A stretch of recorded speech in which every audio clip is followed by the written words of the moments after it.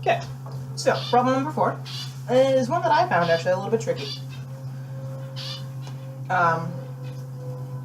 This is one of those questions that is easy enough to approach if you know the basic ideas behind things about what's going to make a benzene attacking, about what's going to be more reactive, a benzene or an alkene, and so on and so forth. He says that this is actually a problem from your text, which means that, like as not, you should have seen this before and it should be somewhat familiar to you, but I'm going to approach it as if you had never seen it before, as a kind of how to figure things out if you don't know where to go, if you haven't seen it before. So, I don't know if he gave you the structure for styrene. This is it. Styrene you might know from real world applications with the styrofoam and all that. It's a polymer, and the reason that it's a polymer and it's such a good polymer is this benzylic alkene here is very reactive, and it's if you give it the right conditions, it'll be very reactive on itself, which is actually precisely what we want it to be doing here. Because you'll note this guy's got 8 carbons, and we end up with 16 over here. So we're sticking 2 of these guys together somehow, some way. So how do you figure out where to start? You know that you're given an acid, and acid's a good electrophile. It's going to get attacked. What's going to be doing the attacking? And I will be physically pained if you guys try and tell me that it's going to be our benzene. Because at this point you should know that benzene doesn't have any real double bonds in it. And if you have an actual real double bond, that's going to way trump in nucleophilicity anything a benzene can do. Benzene is aromatic, which means it likes to sit there and play with itself. So, let's use our alkene, our actual alkene, to attack our acid and see where that gets us.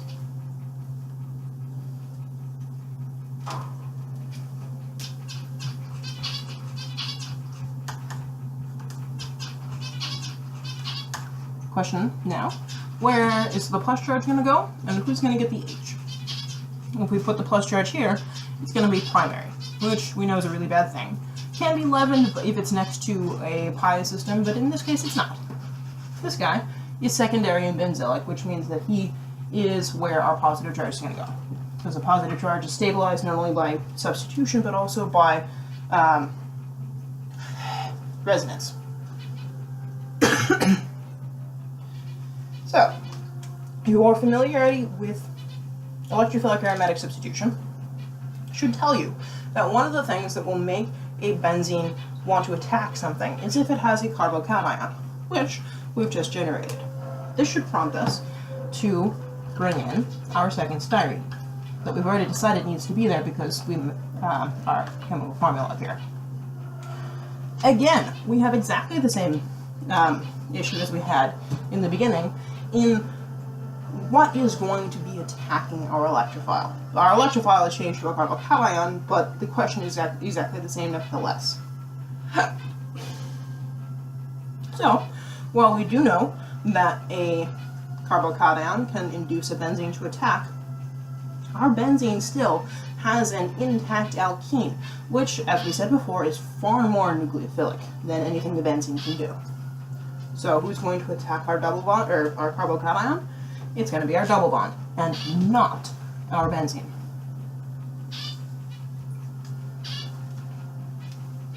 Where does this get us?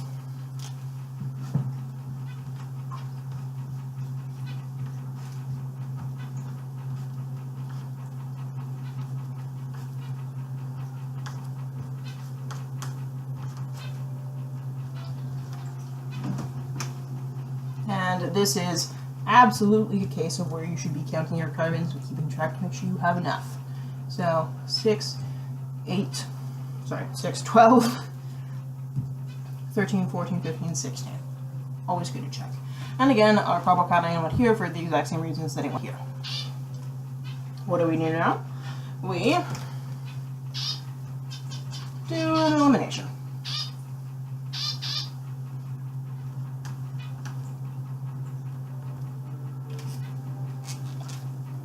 Because obviously we don't want this carbocation to stay there. Your other option would be to have the water directly attack the carbocation itself, but in this case, if we do an elimination, we add back in an alkene to our aromatic system, which does the resonance will beat out the stability of an OH every time rather.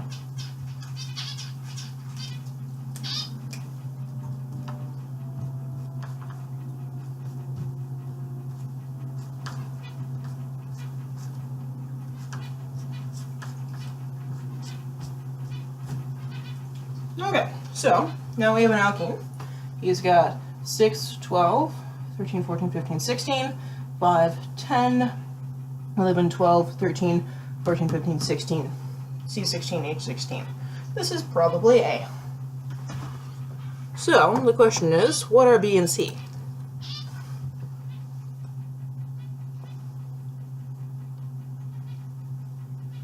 And how do we get to them?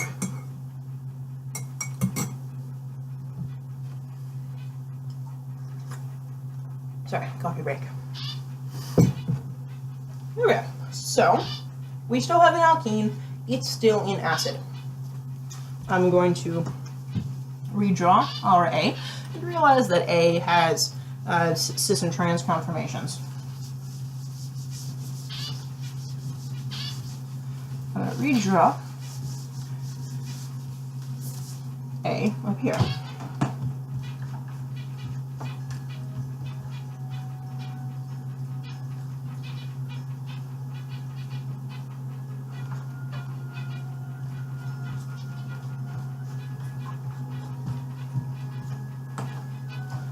So, as we said, this is an acid. So it's actually going to be in equilibrium with the carbocation that was right before A.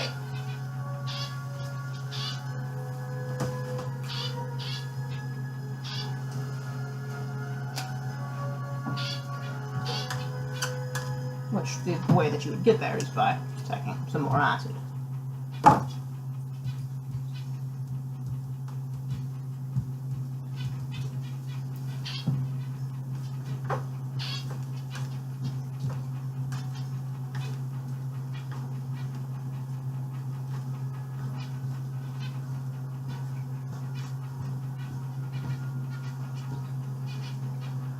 And this means that our plus charge can go to either one of those locations.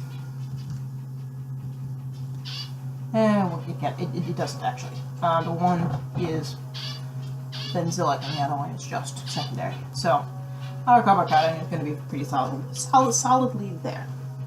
What do we do now? We could go back to A, or we can have a benzene attack it. Because, as we said before, one of the things that will rouse the benzene out of its self-contentedness is a carbocation. We cannot use this benzene to attack it because it's right there, but we can use this benzene to attack it. This is a stereocenter, just bear that in mind. And whatever it is, it will always be. So that you're actually going to have a mixture here of it being up and down, a racemic mixture if you like. But at this point, we can use either this bond to attack it, or we can use this bond to attack it. Why don't we want to use this bond? Because if you do a para-attack on this carbocation, you're going to end up with a really large and weirdly bonded bond angle that doesn't match with our sp2 bond angles well enough. And it's also generally a rule of thumb that if you have an intramolecular reaction that can make a 5 or 6 membered ring, that reaction is preferred over anything bigger or anything smaller. It's mostly a sterics issue. So we can attack it here, we can attack it there.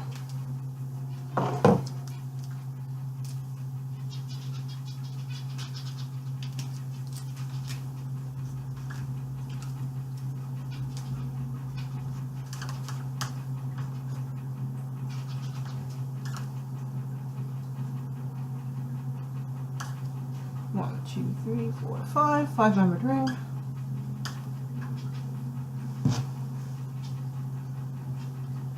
It's the benzene sticking off of it. very terribly drunk benzene.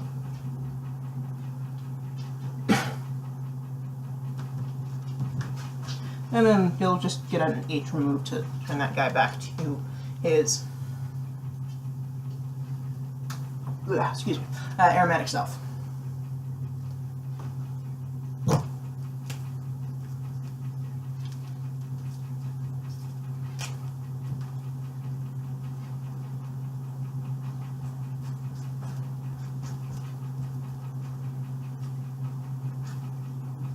And again, 1, 2, 3, 4, 5, another 5 ring.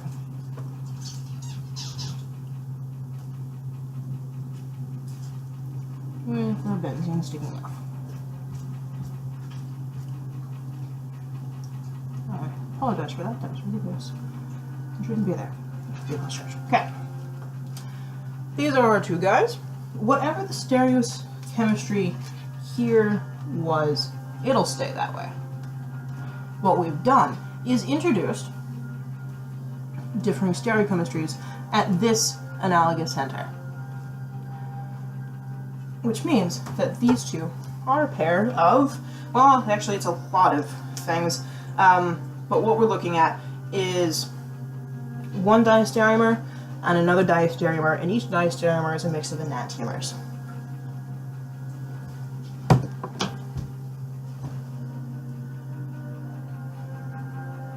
And that's your compounds B and C. If you want to have the stereochemistry drawn out, you can do that. So for kicks and giggles, let's draw out what we get. Let's say that this guy was wedged forward in the first place. When we flip him upside down, he's still in exactly the same stereochemistry, but because we flipped him, we need to draw him in the opposite looking stereochemistry. This guy is 1, 2, 3. He's an R. He's still an R here. 1, 2, 3. But the H is forward, so it's flipped. So he's still R there.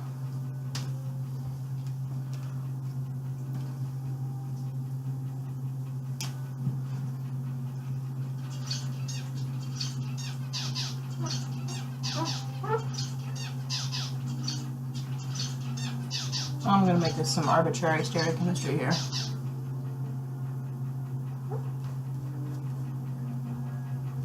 And you will see our pair of diastereomers. The easiest way to think about them is cis and trans. Realize that your final answer should not have this plus charge here, that you should take it down to the aromatic compound, but that's the basic idea of what's going on here. Biggest things to remember is that an alkene is extraordinarily much more nucleophilic than a benzene. The benzene will only come into play after you've exhausted all of the actual proper alkenes. That's your answer. It doesn't matter which one of these are B and C. You can label them arbitrarily, or just write the pair of them and underneath write B plus C. Doesn't matter.